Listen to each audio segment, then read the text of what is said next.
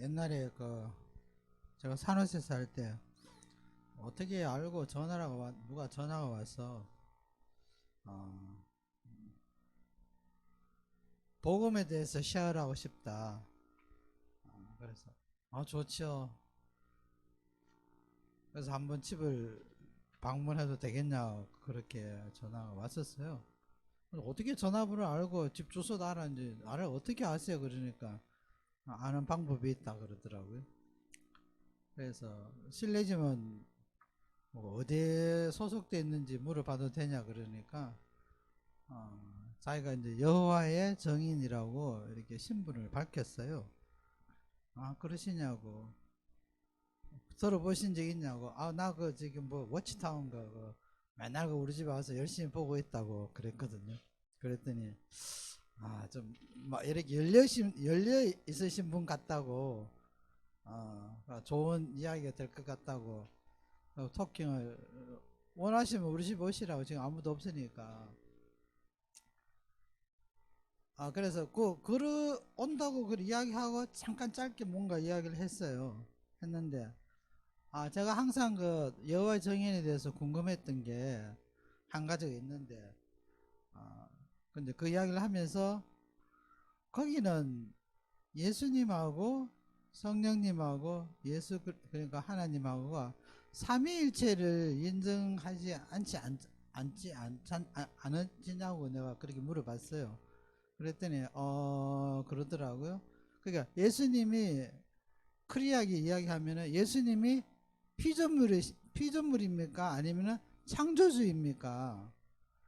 창조주 하나님과 피조물의 위치에 그러니까 가장 먼저 창조했다 그랬으니까 거기서는 말하자면 피조물로서 존재하시는 거 아니에요. 그러니까 물론 마다들이라고 이야기하지만, 그랬더니 그 이야기는 되게 민감한 이야기이기 때문에 전화상으로 이야기 좀 하기 힘들고 만나봐서 이야기하겠다고 그러더라고요.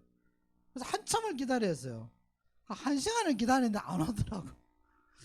그래서 여호와의 정인들이 얼마나 질깁니까? 오라 그러면 그냥 한 달이면 그냥 달려오는데 안 왔어요. 근데 그게 이제 그 사람들이 주장하는 이 아킬레스 건이에요. 예수 그리스도가 피조물이냐 창조주냐 그렇게 물어보니까 갑자기 할 말이 없는 것 같아요. 그래서 그들은 이 삼위일체가 정확하지 그 말이 안 되죠. 삼위일체의 띠알리가 크리아하게 정확하지 않지 않습니다. 그 사람들은. 우리가 이제 그 지금 제가 삼일체 하는 이유가 삼일체 하는 말씀을 드리는 이유가 그러니까 하나님 아버지가 창조주로서의 모든 것을 관할하는 절대적인 주권을 가지고 계십니다. 근데 하나님 아버지를 인간은 하나님을 볼 수가 없습니다. 하나님이 모세를 보고 모세를 죽이려고 그랬죠. 나를 보고 살 자가 없다 그러는 거 실컷 메시지를 주셔놔 놓고 하나님 모세한테 난 너 죽일 거야. 네가 나를 봤으니까. 그래서 죄성을 가진 인간은 절대 거룩하신 하나님을 만날 수도 있고 볼 수도 없고 들을 수도 없는 그런 벽이 이제 아담의 범죄 이후에 생겼죠. 그러면 이 하나님 아버지 창조주를 우리가 어떻게 접근하느냐?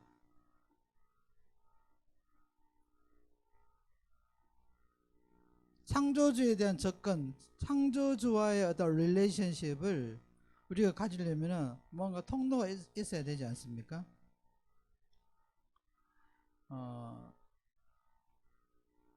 우리가 이제 비가 올 때 날이 조금 개이면은 그러니까 태양의 반대 방향의 쪽을 바라보면 무지개가 생깁니다.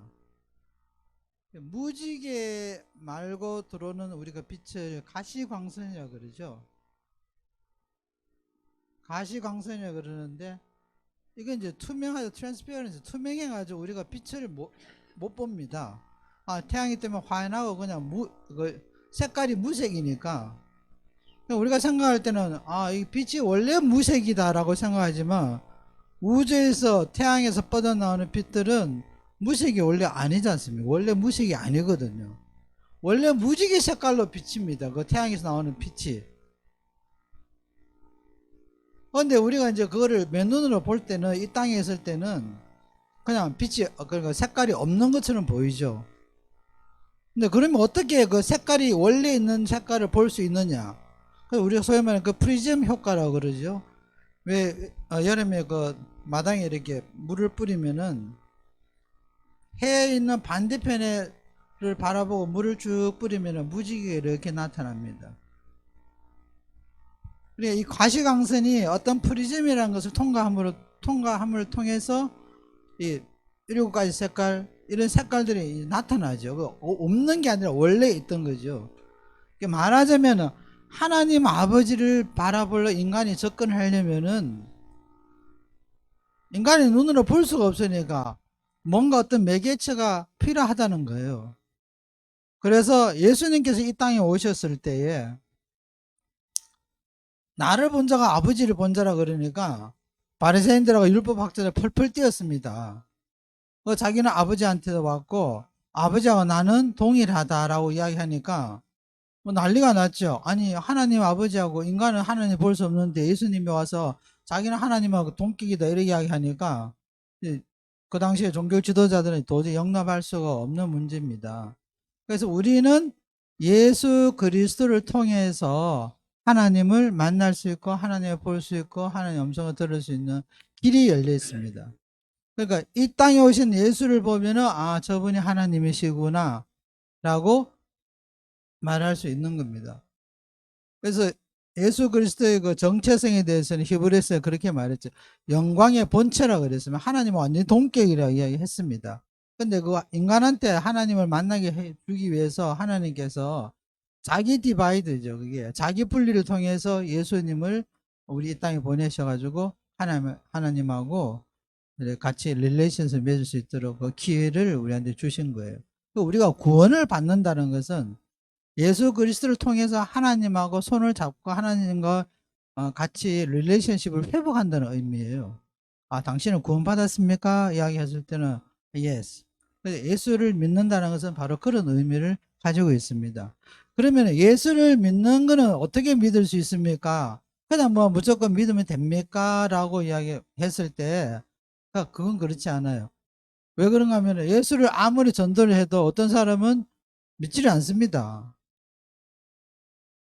제가 다들 신앙을 가질 때 그 과정들이 사람들마다 이렇게 특징적인 게 다 하나씩 있습니다. 근데 주로 예수를 증거하는데 그냥 알아서 그냥 믿겠습니다라고 이야기하는 사람은 거의 없습니다. 저 같은 경우에도 그렇게 하는 전도를 받았지만 예수가 하나님을 믿는다? 예수를 믿어야지 하나님 믿는다? 이게 도저히 받아들여질 수가 없고 안 믿어집니다. 믿어지지가 않아요. 그러니까 하나님이 이제 예수까지 보냈는데도 안 믿으니까 예수님 있을 때는 그래도 예수님 보고 예수님이 이적을 행하시고 많은 말씀을 하시고 하니까 그분을 따라가서 믿는다 그러는데 예수님이 처형당하고 십자가에서 돌아가시고 갚버리니까 그 다음에는 이제 그 다음에 있던 하나님의 분신이라고 이야기하는 예수가 없어지니까 어떻게 믿을 수 있습니까? 그래서 하나님께서는 성령님을 보내신 거예요. 그래서 성령을 통해서 성령이 하시는 일은 하나님 예수 그리스도를 보게 할 수 있는 분이 누구냐면 성령님입니다. 그러니까 우리가 성령을 통해서 예수를 믿는 것이고 예수님을 통해서 하나님 아버지와 커넥션 되는 거지 이것이 그냥 무조건 내가 하나님 믿는다고 믿는 것이 아니죠. 근데 이 원리를 모르면은 이 성령님이 하시는 일이나 혹은 예수 그리스도 하신 일에 대해서 여러 가지 이제 오해가 이제 생깁니다. 그래서 옛날에는 이 신학이 있을 때 우리가 지금도 삼위일체 이야기하면서는 1위 그러니까 제일 윗격 1위에는 하나님 아버지고 2위는 예수님, 삼위 세 번째 하나님은 뭐 성령님 이렇게 이야기하는데 이게 순서는 이게 이런 게 없습니다, 사실은. 이 세 분은 그냥 한 분 하나님이고 다 하나님 안에서 다 존재하고 계셨기 때문에 이게 1위 뭐 1위급, 2위급 이런 말이 맞지가 않는 말이에요. 지금 제가 설명드린 것이 우리가 그렇게 이해를 하시면 됩니다. 우리가 예수를 통해서 하나님 아버지를 만나게 되고 예수를 믿음을 통해서 우리가 하나님이 존재하시는 것을 우리가 알게 되는데, 그러면 그 예수를 믿는 것은 누구를 통해서 믿느냐?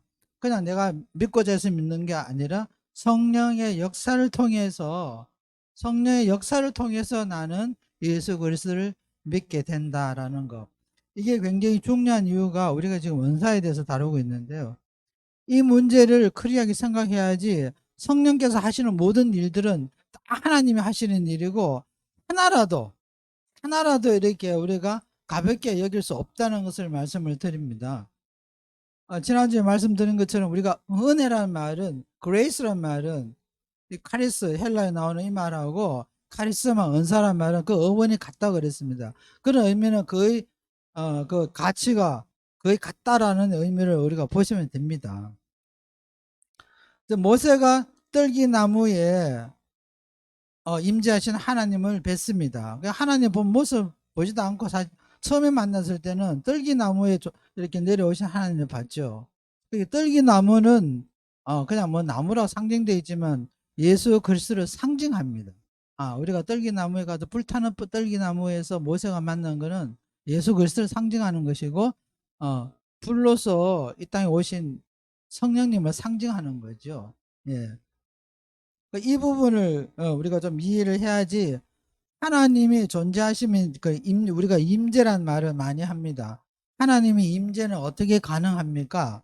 하나님의 임재를 느끼는, 하나님 존재함을 하나님 가까이 뭔가 느낌이 있는 거는 그냥 내가 느끼는 것이 아니라 성령이 느끼게 해줘야지 느낀다는 거예요. 그러니까 성령의 임재가, 성령의 나타나심, 임재가 먼저 있어야지 우리가 하나님의 임재를 느끼는 거지, 성령하고 상관없이 하나님은 느낄 수가 없습니다. 그러니까 초창기 아까 제가 말씀하다 말한 거, 자유주의 신학이 일어났던 19세기, 18세기 쪽부터는 무슨 문제가 벌어졌냐 하면은 성령의 사역이 제한되어 버렸어요. 예수님은 중요하다. 하나님은 하나님 본체니까 뭐 당연히 중요한 거고, 그 성령은 그게 별로 강조되지가 않았습니다. 그래서 성령의 사역이 굉장히 제한되었던 시기가 어떤 의미에서는 AD 5세, 4세기부터 시작해서 18세기까지, 19세기까지 거의 성령의 사역이 굉장히 제한됐습니다. 왜냐하면 인간들이 성령을 인정하지 않으면은 성령님께서 강제적으로 내가 여기 있어 이렇게 잘 하시지 않아요. 그게 성령이 갖고 계시는 속성입니다. 우리가 웰컴 해야지 성령님도 오시는 거지, 성령을 통하지 않고서는 하나님을 임재를 느낀다는 것은 불가능합니다. 그래서 어떤 이들은 그런 이야기를 많이 합니다. 성령 사역 그러냐고. 이 부분을 이해를 못하기 때문에 성령 사역에 대한 부정적인 생각이 들어가 있는 거예요. 성령이 어떻게 사역을 해주시지 않으면 예수를 믿을 수도 없고 예수를 주라 시인할 수도 없고 하나님하고 커넥션 될 수도 없는 거예요. 그래서 고린도전서 우리가 읽었죠. 2장 9절부터 해가지고 쭉 내려가는 말씀 가운데서 하나님의 사정은 하나님 영을 통해서만 알 수 있고 사람의 사정은 사람이 영이 아는 것처럼 하나님의 모든 것들은 성령을 통해서 이루어지고 성령을 통해서 알려지기 때문에 성령을 찾겨냈을 경우에는 어떻게 커넥션 자체가 없어진다는 거예요. 그래서 보혜사 성령님이 하시는 그 사역이 우리 신앙생활에 있어서는 아주 근본적이고 그것이 약화되거나 절대로 어떤 논리에 의해서 부정되거나 하는 것은 큰일 나는 일입니다. 그래서 예수님께서 너희가 인자는 나는 너희가 부인하고 나를 욕해도 괜찮지만 성령을 부인하면은 장차 오는 세대도 구원을 못 받는다 그러신 거예요. 그 말씀이 그래서 나온 겁니다. 그래서 은사는 지난주에 제가 말씀드린 거 기억나시죠? 성령의 나타나심이다. 성령의 나타나심을 증거하는 것이 은사다. 이제 이따 우리가 말씀을 드리겠지만 내가 방언을 했을 경우에도 그 방언을 왜 그걸 가볍게 생각하고 쉽게 생각하느냐, 이게 잘못된 컨셉이 들어가서 그렇거든요. 이게 9개의 성령의 언사하고 똑같은 가치를 지니고 있는데 어떤 거는 더 많이 가치가 있고 어떤 건 더 작은 가치가 있다, 이렇게 나눌 수가 없어요. 그거는 성령 하나님께서 주신 것이고 성령이 주권에서 주셨기 때문에 똑같이 가치가 있는 겁니다. 그랬을 경우에는 그 나타나면, 성령이 나타나면 내가 방언을 이야기하고 무슨 예언을 하거나 이랬을 때 성령이 나타나심을 증거하는 거죠. 우리가 말씀을 보고 말씀을 들을 때 혹은 찬양을 들을 때 이 마음에 울리는 그 감동들, 이런 것들 때문에 성령의 임재하심을 증거하는 거예요. 어떤 말 아무리 좋은 말씀이라 할지라도 만약 못 느낀 사람 못 느낍니다. 기가 막힌 말을 듣더라도 뭐 어떤 사람은 막 울고 감동하고 막 이런데 막 전율을 느끼고 그러는데 어떤 사람은 부듬듬해요. 근데 그거는 성령의 임재에 대해서 전혀 타치가 안 되기 때문에 그렇거든요. 그래서 우리 마음에 감동이 일어나고 예수님에 대한 어떤 생각이라든지 하나님에 대한 뭐 충성이라든지 여러 가지 것들이 일어나는 현상들은 성령이 지금 나타나심에 대한 증거라는 거죠. 그게 내가 뭐 잘나서 그런 것이 아니라 그 은혜에 대한 감동은 성령의 임재에 대한 증거다라는 것이 굉장히 중요한 포인트 중이다 하나입니다. 제가 그저께 어떤 메시지를 받았어요. 근데 굉장히 좋더라고, 내용이요. 근데 그 이야기를 제가 잠깐 해드리겠습니다. 이때 이제 어떤 사건이 있었는데 19세기 옥스퍼드, 영국에 있는 옥스퍼드 대학교, 유명한 대학교죠. 그 신학과에 그 종교학 강의가 있었는데 그 강의가 이제 뭐 시험을 치는 뭐 기말고사든지 뭐 시험을 대학교 오면 시험을 치니까요. 시험을 치는데 그 시험 그 주제가 어떤 타이틀을 갖고 있냐면은 예수님의 가나의 혼인 잔치에 대해서 예수님이 물이 포도주를 바뀌는 그 이적에 대해서 논하라. 그게 이제 이 시험 주제였습니다. 그러니까 나름대로 이제 학생들이 뭐 다 이제 자기가 이제 글을 에세이를 쓰죠. 근데 그 감독 교수님이 이렇게 왔다 갔다 하면서 보니까 어떤 한 학생 하나는 아무것도 안 하고 창만 쳐다보더라는 거예요. 그래서 뭐 생각하는가 보다. 근데 시간이 다 돼 가는데 여전히 창문만 쳐다보고 있어. 그래서 가서 이야기를 했대요. 너 뭐라도 써야 된다. 너 백지로 그냥 내면은 이건 F고 이게 네 앞으로 학사 과정에서 심각한 데미지가 발생할 수 있으니까 뭐라도 써라. 그래 이야기했대요. 근데 이 학생은 그래도 뭐 들은 척 만척 뭐 창문만 쳐다보더라는 거예요. 그래서 이 감독 교수가 약간 열이 받은 모양인데, 근데 그거 이제 시간이 다 됐어요. 다 됐는데 뭐 끄적끄적 이렇게 교수가 볼 거 아니에요. 쟤는 왜 안 쓰지? 계속 궁금해가지고. 그래서 끄적대더니 펜을 툭 놓고 그냥 나갔대요. 그래서 그 친구의 이게 에세이를 받아본 이 교수가 너무 놀랐어요. 놀래가지고 이 교수 전체 그거를 다 돌렸대요. 그래서 그 교수들 전체 회의가 있어가지고 옥스퍼드 그때 신학과 생이었는데 가장 최고의 점수로 만점을 받았대요.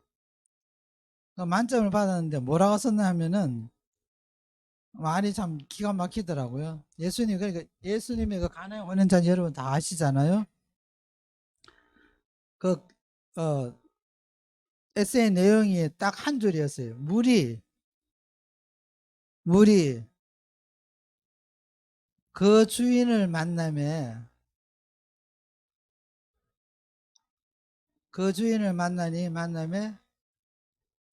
얼굴이 붉어졌더라. 이게 이제 물이 포도주로 바뀐 걸 이렇게 쓴 거예요. 얼굴이 붉어졌더라. 그래서 멋있다 생각이 들었어요. 그래서 그런데 이게 하루 종일 내 머릿속에 이게 안 떠나고 남아 있었어요. 물이 그 주인을 만남에 얼굴이 붉어졌더라. 그러니까 한 조금 지나니까 이 생각이 떠나고 나고 나중에는 굉장히 은혜로 다루고, 처음에는 그냥 있어, 멋있다 정도밖에 없었는데 시간이 지나가면 지나갈수록 이 말이 너무너무 멋있게 느껴졌어요. 그래서 야, 이 물이 그 주인을 만나면 얼굴이 붉어졌더라 그랬는데, 이 만약에 이제 이 물이라는 것을 나라고 지칭을 한다면은 나는 그 주인을 만나면 뭘 했을까 이런 생각이 드니까 우리 예림이 엄마한테 물어봤거든요. 자기도 얼굴이 붉어졌을 거래. 왜 하니까 부끄러워서. 예수 믿는 게 너무 시원찮고 뭐 자기 스스로에 대한 그런 그게 있으니까. 그래서 나는 그 주인을 만나면 우리 생명의 주인이신 예수를 만나면 어떻게 됐더라. 자꾸 이 말씀이 와서 한 이틀 동안 계속 이 묵상이 됐었어요. 근데 이거를 쓴 이거 학생이 누군가 하면은 영국 최대 그 낭만파 시인인 그 바이든이 아니고 바이런입니다. 조지 고든 바이런이라는 그 낭만파 시인이 있어요. 제가 고등학교 때 이게 기억이 나면 이 시를 뭐 외우기도 하고 그런 기억이 나는데 이 사람이 이걸 쓴 주인공이에요. 그러니까 얼마나 시인다운 진짜 멋있는 어, 이게 정말 시인이 쓸 수 있는 내용 아닙니까? 그런데 이런 것이 이 말씀이 우리가 같은 이렇게 기가 막힌 이 말씀이 오더라도 어떤 이들은 그 성령의 어떤 감동을 느끼고 어떤 사람은 뭐 just like a sea 뭐 시편 뭐 하나 그 정도고 이렇게 생각할 수 있는데 어떤 이들은 이런 것에 대해서 굉장히 큰 감동을 느낄 수 있는 거. 그 이런 것도 성령의 역사라는 거예요. 제가 이 말씀을 이틀 동안 계속 이것만 생각이 났었어요. 나는 뭐라 생각했을까? 내가 내가 그 주인을 생명의 주인이신 예수님을 만나면은 내가 어떻게 했을까? 무릎을 꿇었을까? 아니면 뭐 찬양을 했을까? 아니면 뭐 울었을까? 아니면 돌아섰을까? 뭐 여러 가지 그런 거 있지 않겠어요? 한번 각자 이 말씀 오늘 묵상하시면서 한번 생각해 보시기 바랍니다. 나는 나의 생명의 주인이신 예수님의 얼굴로 예, 만났을 때에 이거는 이제 변화를 이야기하는 거지. 이 바이런이 이야기한 것은 그 얼굴이 붉었던 물이 포도주로 바뀌었다는 거거든요. 우리가 예수를 성령을 통해서 만나면은 뭔가 something 변해야 된다는 것을 포도주로 바뀌어야 된다는 것을 상징적으로 나타내는 말씀이고 그 가나의 혼인잔치의 주제가 그거 아닙니까? 변화된 우리가 예수를 만나면 우리의 모든 것들이 변해야 된다는 거 물이 포도주로 바뀐 것처럼 그게 지금 성령께서 하시는 일입니다. 그 제일 나쁜 케이스가 나는 내 생명의 주인이서 예수를 만나면 아무 느낌이 없다. 이게 이제 심각한 문제죠. 글쎄 아무 느낌이 없다는 거. 이게 성령이 아니면은 아무 느낌이 없을 수밖에 없습니다. 그러니까 내가 예수를 만나가지고 예수님께서 내 생명의 주인이심을 알게 한 게 바로 성령께서 그렇게 나에게 가르쳐 주시고 감동 주시고 해서 우리가 이렇게 신앙생활 하고 하나님을 섬기는 믿음의 길을 가는 겁니다. 아멘. 누가 나한테 이 글을 보냈는데 처음에는 뭐 I so cool 뭐 근데 그 정도밖에 없었어요. 근데 계속 말이 너무 멋있더라고요.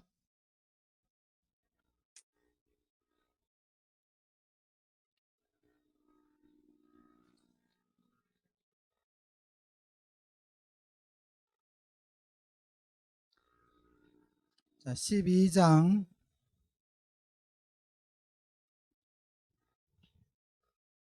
12장 몇 절입니까? 네, 지식의 말씀 9개의 은사에 대해서 제가 간략하게 말씀을 드리고 오늘은 뭐 시간이 다 들으지 못 예. 자, 지식의 말씀 한번 그 부분은 지식의 말씀에서 9개 은사에 대해서 한번 읽어 주시겠습니까?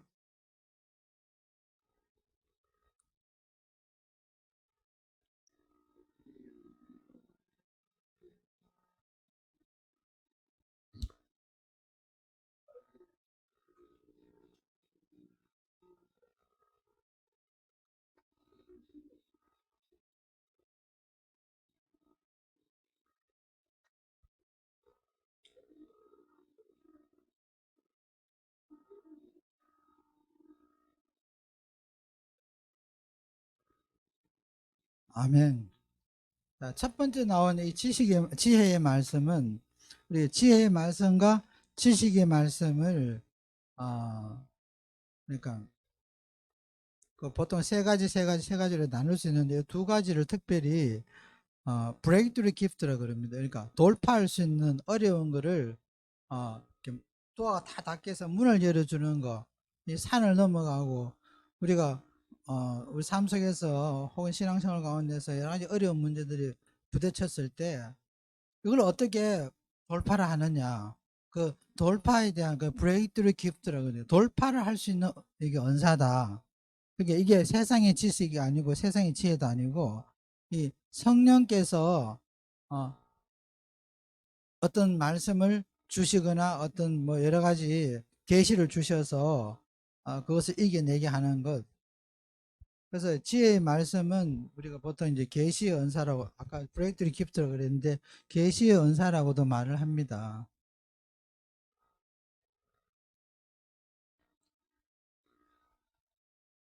우리가 지금 계속 공부하는 그 고린도전서 전체 주제가 세상 문화와의 전쟁이라고 그랬습니다. 세상에서 밀려 들어오는 이 거대한 이 세상 문화라는 것은 결국 한마디로 이야기하면은 인본주의죠.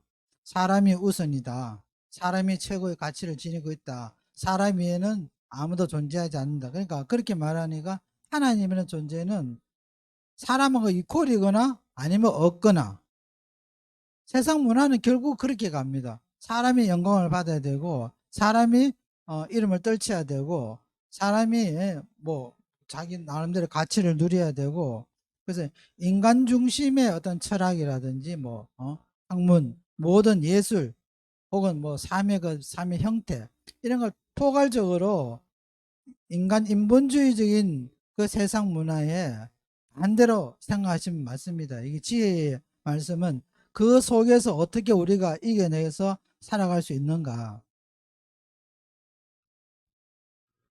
하나님이 주신 말씀이니까 당연히 세상 뭐 인본주의에서 나오는 어떤 그 철학이나 지혜보다 월등히 앞설 겁니다. 어떻게 우리가 판단하고 어떻게 행동하고 이런 것들은 거의 우리가 축적된 나의 지식, 내가 태어나서 어떤 문화 속에서 텔레비전 보세요. 요즘 텔레비 뭐 뉴스 나오는데 텔레비전도 그렇게 살아왔기 때문에 아니 그 남의 나라 오면은 이 희자가도 좀 안 쓰면 안 돼요? 아니 이걸 갖고 이걸 쓰는 거를 거부하는 사람도 있잖아. 그래서 자기 나라에 쓰는 거리 좋게 그 문화 속에서 다들 쓰니까 뭐 노 프라브럼. 그런데 쫓겨나온 주제에 누가 어떤 말을 그렇게 하더라고. 쫓겨난 주제에 꼭 남은 나라까지 와서도 그 시커먼 거 뒤집어 쓰고 이 더운데 내가 그저 예린 피카방을 가면서 하나 봤어요. 어떤 아이를 봤는데 보기만 해도 덥더라고. 날씨가 엄청 요즘 덥잖아요. 그런데 뭐 시커먼 거 뒤집어 쓰고 긴 치마 입고 다니고 보니까 근데 거기서 자라고 거기서 태어나고 그 문화 속에 자란 사람들은 이 히잡이라는 게 너무 편하고 너무 당연하기 때문에 이걸 우리가 왜 벗어야 되지라는 생각이 지금 들어가지가 않습니다. 다른 사람이 좀 혐오를 하니까 좀 임시적으로 좀 벗으면 안 돼요라는 그 말에도 귀가 안 열립니다. 그래서 그 사람도 끝까지 쓰고 있어요. 그러니까 히잡 쓰고 있다고 테러 당하는 여자애들이 꽤 있더라고 보니까요. 그 미국도 그렇고 프랑스도 그렇고 우리가 생각할 때는 아니 이거 좀 벗으면 될 텐데 뭐 남은 나라 가지고 그걸 또 써야 되냐. 그러니까 이슬람 쪽에서 뭐 한국 들어가는 사람들 뭐 영국 미국에 들어오는 사람들 각 유럽에 들어가는 사람들이 이제 인도적 입장에서 웰컴하는 사람도 있지만 또 싫어하는 사람도 있잖아요. 그 싫어하는 사람들의 대부분의 이야기가 뭔가 하면은 이슬람 문화권에 살 때는 네 마음대로 살아라 이거야. 근데 한국 문화권에 오면은 한국처럼 살아야 되지.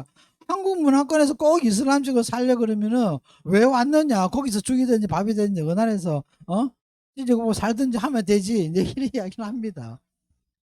근데 그거 말도 틀린 말은 아니지만 그 문화 속에 자란 사람들은 어쩔 수가 없어요. 그 히잡을 보면은 제가 그걸 찾아보니까 원래 이게 페르시아에서 옛날부터 시작된 건데 평민들이 이게 쓴 게 아니더만 보니까 이게 귀족 여자들이 돈 많은 여자들이 예쁘게 보이려고 처음부터 쓰기 시작했대요.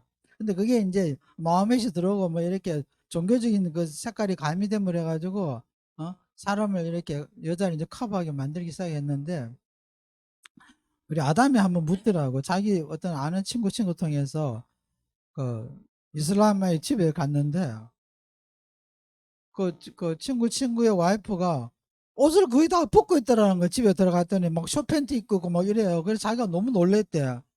그래서 야, 네 와이프는 저 밖에 나오면 완전히 눈만 내고 다 뒤집어 쓰면서 왜 안에서는 저렇게 입고 있냐 그랬더니 오직 여자의 몸은 자기 남편만 봐야 돼 보는 거기 때문에 괜찮다는 거야. 그래서 자기가 도저히 이해를 못하겠어서 나한테 와서 막 컴플레인을 하더라고요. 근데 그 문화권에 사는 사람들은 어쩔 수가 없습니다. 생각과 이게 모든 것들 그렇게 만들어져 있고 형성되어 왔기 때문에.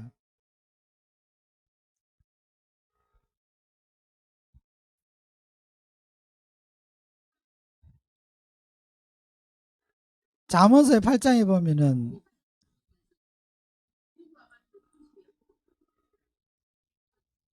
그러니까요. 야, 니네 그거 먹고 싶으면 너 나라 가서 먹어라. 이럴 거 아니에요. 어. 근데 이게 문화적으로, 그래서 문화는 서로 교류가 되면은, 어, 어제 제가 다큐멘터리 하나 봤는데, 다큐멘터리를 봤는데, 거기 저기, 우리 고구려가 멸망하고 난 뒤에, 이 당이 굉장히 팽창을 많이 했죠. 국가적으로. 이 한국 지도가 이래 있으면은, 여기, 일본이 있고요. 이 만주가 이렇게 있잖아요. 몽골이 여기 있고, 근데 우리가 요즘 이제 아프가니스탄 때문에 문제가 많이 생기지 않습니까? 그리고 아프가니스탄이 있고 여기 무슨 이렇게 조금 꼬리처럼 나와 있는 여기 또 지역이 있어요. 이걸 뭐라 그러지? 이거 하란 계곡이라 그러나? 무슨 계곡 이름이 있더라고. 꼬리처럼 나와 있는 거.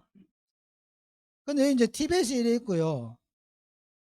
그런데 여러분 혹시 고선지라고 아시는 건 모르겠네요. 이게 이제 고구려 그 유민의 아들로서 당나라에 태어나가지고 그 안서 도호부의 절도사 이 지역 전체를 그러니까 서쪽 지방 전체를 다스리는 절도사에 올라갔습니다. 이 사람이 워낙 이게 머리가 비상한 사람이었어요. 근데 제가 그걸 보니까 다큐멘터리를 보니까 이 파미르 고원이잖아요. 좀 지나가면 이쪽이 히말라야였고 얼마나 험합니까? 험하고 여기는 고지가 높으니까 풀한포기가 없어요. 근데 그걸 전쟁하러 여기서 해가지고 10,000명의 군사를 끌고 들어가는데 보니까 도대체 왜 저까지 가서 이 티벳을 치려고 이제 가는 거죠. 아니 근데 중국 사람도 이만치 땅이 크면 되는데 이 험한 땅을 가지고 이 끝까지 가겠다는 거야. 그래서 여기서 누구하고 만나면은 페르시아하고 만납니다. 이 사람이 이제 총대장이 돼가지고 전쟁을 하는데 머리가 워낙 비상해가지고 한 번도 성공한 적이 없는 티벳을 찾아가지고 성공을 했습니다. 그런데 이제 여기서 페르시아하고 당나라가 중국이 만나니까 이 문화가 이제 너무 틀리잖아요. 문화가 틀리니까 같이 살 수가 없는 거죠. 누가 하나 죽든지 망하든지. 그래서 당나라에서는 계속 이 자기들 문화를 가지고 이 전파를 하고 물론 돈의 문제도 걸려 있죠. 제일 큰 게 돈의 문제 걸려 있지만 하고 이 페르시아는 또 자기들 문화가 있으니까 이쪽 서진하고 동진하죠. 이 동진하고 서진하고 여기서 부딪혀 가지고 싸우는데 왜 이렇게 싸우느냐? 이것도 문화적 충돌입니다. 나는 이런 식으로 살고 싶어. 우리는 김치 먹고 살아야 돼. 저쪽에서 너 냄새 피우지 마. 처음에는 그것 때문에 충돌했겠지만 나중에 그게 전쟁으로 벌어지는 거야. 그러니까 이거 히잡 쓰지 마. 왜 나 쓰고 싶은데 청바지 입어. 청바지 입으면 안 돼. 이게 벌어져 가지고 결국 전쟁까지 갑니다. 이게 작은 문화의 한 부분을 생각할 수 있지만 그게 합치지면 크게 물결이 돼가지고 서로를 용납할 수 없는 그런 경계 라인까지 가면은 이제 거기서부터 전쟁하기 시작하는 거예요. 그것 때문에 죽고 살고 지금도 여러분 텔레비 보시면 히잡 썼다고 탈레반 애들이 막 때리고 그러지 않습니까? 아니 이것도 뒤집어 썼다고 왜 때립니까? 근데 고린도 교회도 그 당시를 생각하면은 지금은 여러 지역마다 교회가 있지 않습니까? 근데 바울이 개척할 무렵에는 교회라고는 하나도 없었습니다. 교회도 하나도 없고, 그 당시 헬라, 그러니까 그리스가 그 전 지역을 통치하고 있었기 때문에 좀 그리스 문화죠. 그리스 시기 방식, 문화, 생각 이런 것들이 다 들어가 있고 뭐 태어나서 자라면서 그런 것만 배우고 있으니까 우리는 자라면 뭐가 배웁니까? 한국 뭐 조선시대 그 문화 그대로 가져오고 거기다 중국 거 좀 플러스 해가지고 다 들어가 있습니다. 생활 방식, 뭐 생각 이런 것들이. 근데 그게 하나의 저 문화인데 고린도 교회에 들어가니까 바울이 똑같은 걸 똑같이 느끼는 거예요. 왜냐하면 그게 볼모지였으니까. 교회가 없어서 예수를 뭐 아는 인간들 하나도 없었으니까. 이제 가서 전도를 해야 되고 교회를 세워야 되는데 이게 뭐부터 부딪히겠습니까? 문화적 문제부터 부딪히는 거예요. 그래도 거기는 유럽이고 이렇게 뭐 아시아하고 좀 틀리지 않습니까? 그래도 좀 쉽게 들어갈 수 있는 길이 있는데, 그래서 거기서 바울이 절실하게 느낀 게 이 헬라 사람들이 철학과 이게 생각하는 사고들이요, 이게 머리가 좀 비상해서 그런지 그 당시에는 그리스 사람들이 똑똑했는 것 같아요. 이게 참 말로 싸워서 이길 수 없는 거죠. 그래서 특별하게 하나님은 이 고린도 교회를 정점으로 해서 그 교회가 그 유럽 쪽으로 나아가는 처음에는 그 안티옥에서 출발했지만 고린도 교회가 사실은 그 이후에 북방 유럽과 서쪽으로 진출하는 데서 굉장히 교두보 역할을 했습니다.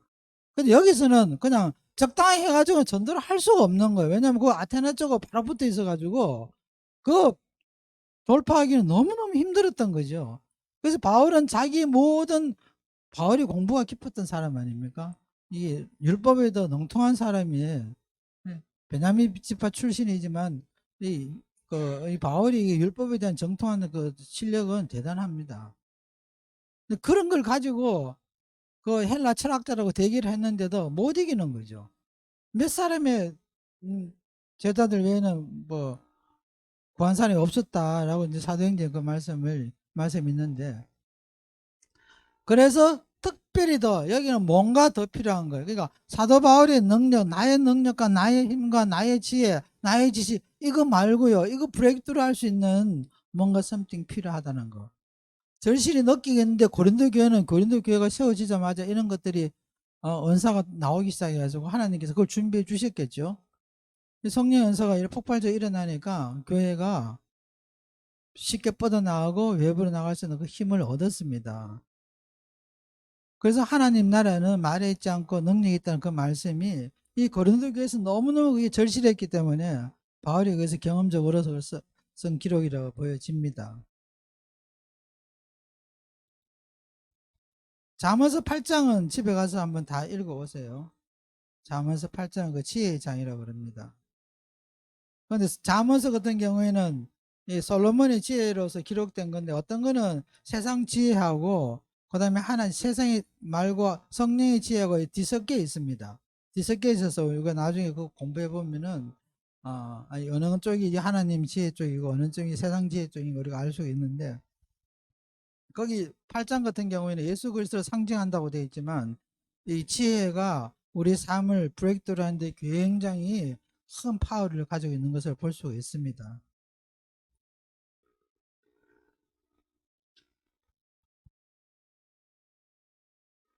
그다음 지식의 말씀 우리가 다음 주에 하죠. 네.